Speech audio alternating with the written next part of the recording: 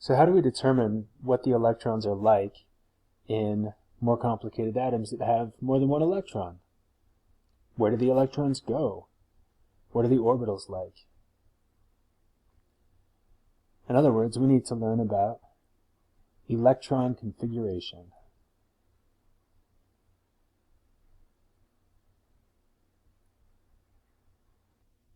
In order to determine electron configurations, we use the periodic table. And to do that, we divide it up into blocks, which I have color-coded here. The pink one is the S block. The blue one is the P block. The yellow one is the D block. And the green one is the F block. So it goes SDPF.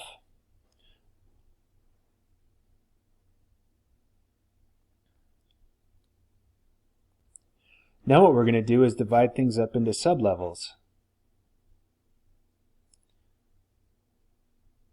The first line, or the first row of the S sublevel is the 1s, and that really includes hydrogen and helium. Helium's over here as a noble gas, but it really belongs in the 1s sublevel. The second row of the 1s, or of the S block, is 2s, then 3s, 4s, 5s, 6s, and 7s.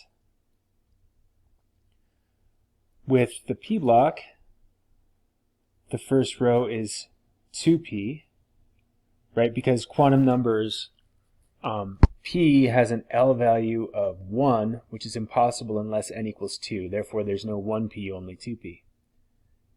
Here's 3p, 4p, 5p, 6p, and 7p.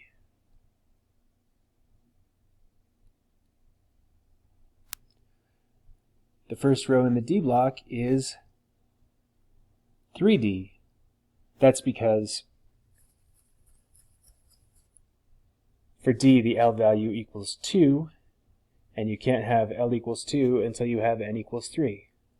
So there's no 2D. 4D,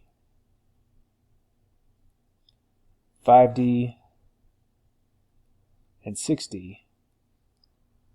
Now, the F block should really be inserted in between here. The only reason it's not put there is that would make the periodic table really wide, and that's not compatible with sheets of paper. The first row of the F block is the 4F, because F means L equals 3, and you can't have L equals 3 until N equals 4. The second row is 5F. Now, each sublevel can hold a characteristic number of electrons.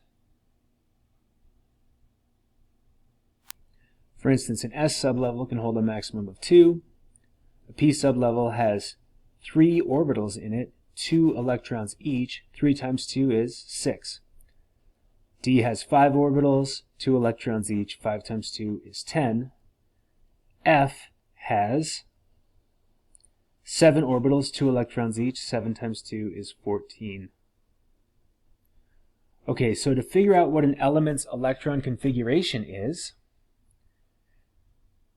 you find the highest energy sublevel based on the element's position.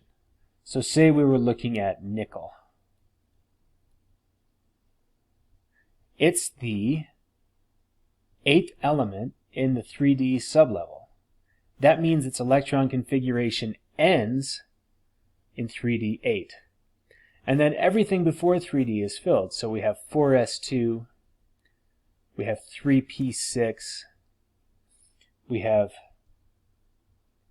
3s2, 2p6, 2s2, and 1s2. So the full electron configuration of nickel is 1s2, 2s2, 2p6, 3s2, 3p6, 4s2, 3d8.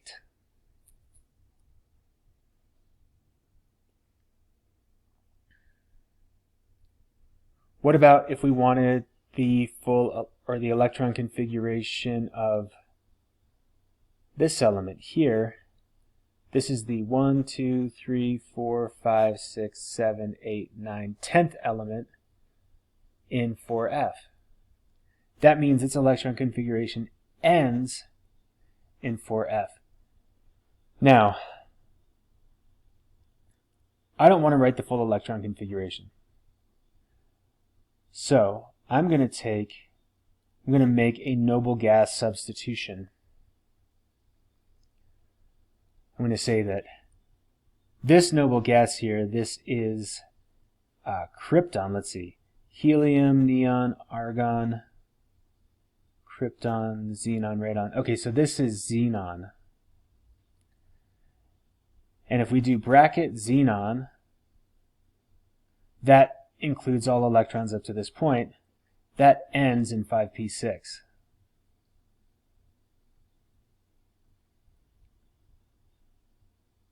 Right, so bracket xenon ending in 5p6 would be 1s2, 2s2, 2p6, 3s2, 3p6, 4s2, 3d10,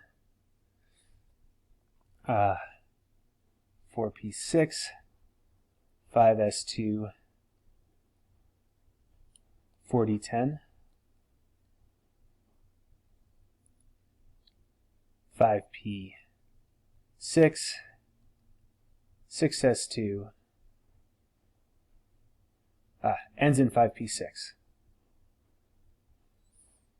Right, but to write all that, all I need to do is write bracket xenon. That's a noble gas shorthand.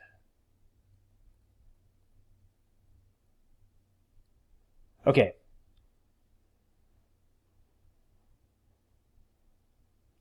So going back to this element that I blacked in over here ends in 4f10. So we can use bracket xenon, 6s2, 4f10.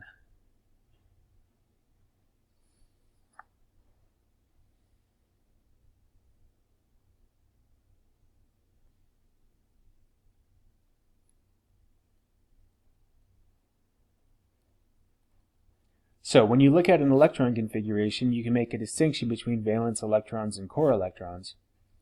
Valence electrons are the ones at the highest n value. They'll be towards the end of the electron configuration, usually at the far right, but not necessarily. Core electrons have n less than the valence value.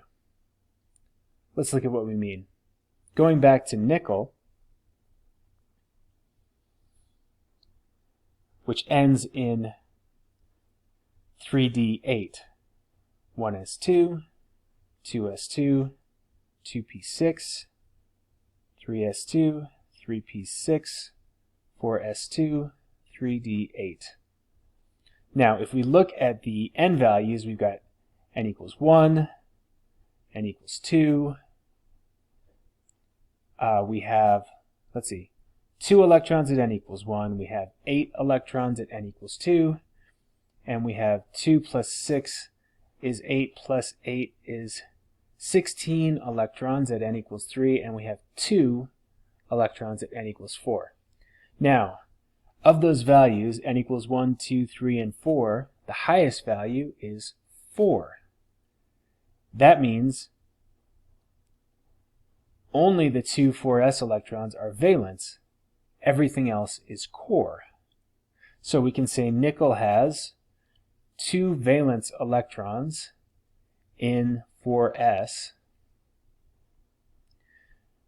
and then 8 plus 6 is 14, plus 2 is 16, plus 6 is 22, plus 2 is 24, plus 2 is 26 core electrons.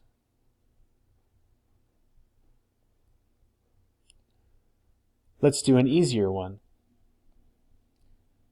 So, looking at phosphorus, here, that is the third element in 3p, so it ends in 3p3.